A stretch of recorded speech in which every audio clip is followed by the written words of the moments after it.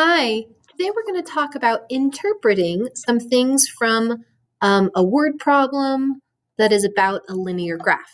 So here it says the graph shows how the amount of vegetable oil that Leah has left is related to the number of cakes that she bakes.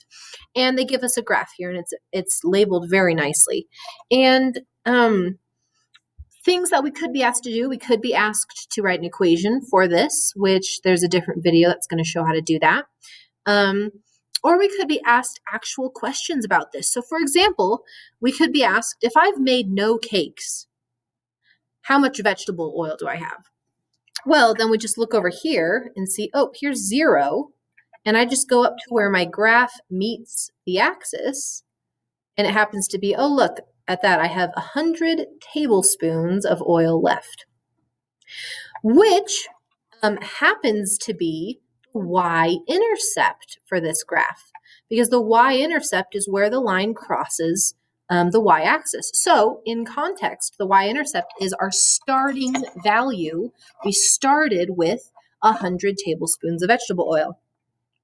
Then we could be asked, well, how much does it change after every, well, in this case, maybe after every 10 cakes that we bake? Because see here, it says number of cakes is 10.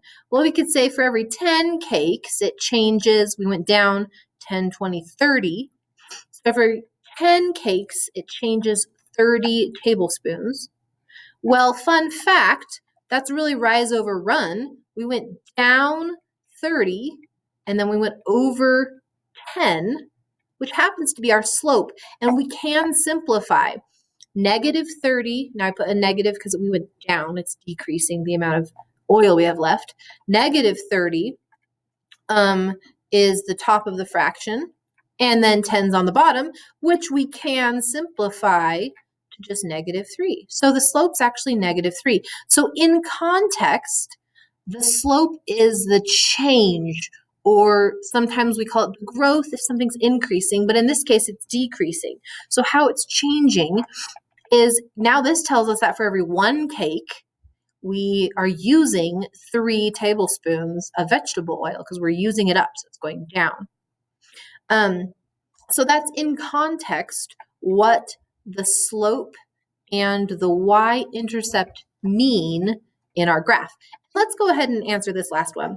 Up to how many cakes can Leah bake in order to have 10 tablespoons of vegetable oil left? So we're saying, hey, we still want 10 tablespoons left. So I got to cut it off here, and that lines up right here with 30. It looks like we could bake 30 cakes. If we tried to bake 50 cakes, that's over here. That's like negative vegetable oil, so we don't have enough for that. Same with 70 and 40. We don't have enough for that, so it has to be 30. So there's a variety of questions that you can be asked, and luckily your graph, if you look at the graph, can help you answer them. Thanks.